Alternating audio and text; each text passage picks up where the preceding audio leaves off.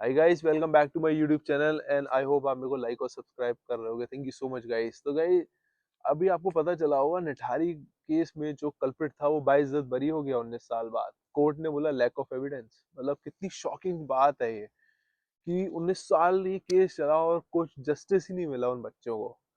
Nithari case में अगर आपको याद हो, जो 2005 में हुआ था 30 दिसंबर को, उसमें एक हाउस हेल्पर था मोनिंदर सिंह के अंडर जो काम करता था, सुरेंद्र सिंह, और उसका पूरा नाम था सुरेंद्र कोहली सिंह।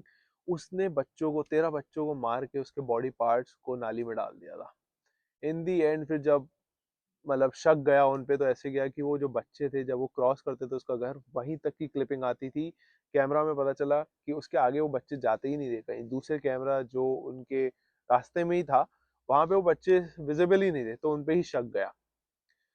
आप ये सोचो, 19 साल ये केस चला और इतना लैक ऑफ एविडेंस था, फोरेंसिक रिपोर्ट्स वीक थी, और जो इनका कन्फेशन लिया गया वो केस के 2 महीने बाद लिया गया। तो आपको ये नहीं लगता कि सिस्टम और पुलिस में कितने फ्लॉज हैं? मतलब उनको एक प्रूफ ही नहीं कर पाया यार। मतलब मैं बहुत शॉक्ड हूँ कि 20 साल ऑलमोस्ट उनकी फैमिली ने वेट करा कि हमें बच्चों को जस्टिस मिलेगा, और इन दी and lack of evidence.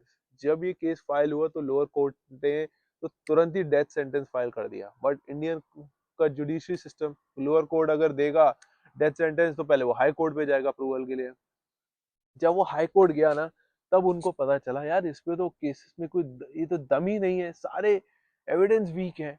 Police वहां पे पहुंची थी जब बॉडी पार्ट्स मिले थे, तो उन्होंने बैरिकेड ही नहीं लगाया, सबसे इम्पोर्टेंट, ताकि कोई भी बाहर का बंदा अंदर ना जा पाए, कुछ भी छेड़छाड़ ना कर पाए। बट वहां पे बच्चों के पेरेंट्स आ गए थे, जो भी उनको लग रहा था कि हमारे बच्चे के बॉडी पार्ट्स हो सकते हैं, तो उन लोगों ने बहुत फिंगरप्रिंट्स वहां पे लगा दिए, जिसके चक्कर में डीएनए टेस्टिंग में भी प्रॉब्लम आई। आप ये सोचो लैक ऑफ एविडेंस कितनी बड़ी बात है, और पुलिस ने ये सब चीजों का ध्यान ही नहीं दिया। जब हाई कोर्ट भी थकार गया तो उसने रिवर्स करा डेथ पेनल्टी सेंटेंस और सुप्रीम कोर्ट पे ये भेजा। सुप्रीम कोर्ट में ऑलमोस्ट 13 साल अब ये चला, पहले लोअर कोर्ट, हाई कोर्ट, फिर सुप्रीम कोर्ट में 13 साल चला। 13 साल आर्ग्यूमेंट्स के बाद इन दी एंड सारे चार्जेस ड्रॉप कर दिए गए 13 मर्डर केसेस के।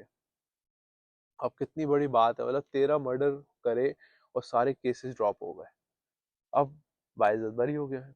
वही बात है, इनोसेंट अंटिल प्रूवन गिल्टी। अब वो इनोसेंट ही है, अब तो हम कुछ बोल भी नहीं सकते कि उन्होंने कुछ किया है या नहीं किया, वो तो भगवान ही जानता है। कर्म तो सबको अपने काटने ही है। बट आप ये सोचो यार, जो बच्चे हैं उनके पेरेंट्स पे क्या बीत रही होगी। मुझे सच में लगा कि यार उन लोगों ने, मतलब उनके मैंने इंटरव्यूज देखे, वो लोग रो रहे थे कि हमारे बच्चे को जस्टिस नहीं मिला। मुझे पर्सनली पता है क्या फील होता है, जस्ट बिकॉज वो वनरेबल थे ना, तभी नहीं मिला। अगर वो वनरेबल नहीं होते ना, तो ऐसा होता नहीं, फिर तो केस उल्टा ही जाना था, ये 19 साल नहीं जाता, अभी तक तो वर्डिक्ट ही आ जाता और कब का खत्म हो गया, हिस्ट्री में बुक्स में नोट भी हो जाता। Just because financial background strong नहीं है तो 19 साल चल गया। तो इससे पता चलता है कि हमारे सिस्टम में कितने फ्लॉज हैं और वो कितना बायस्ड है। मतलब मैं बहुत शॉक्ड हूँ गाइस। आई मीन मैं सच में बिलीव नहीं कर रहा था कि ऐसा भी हो सकता है।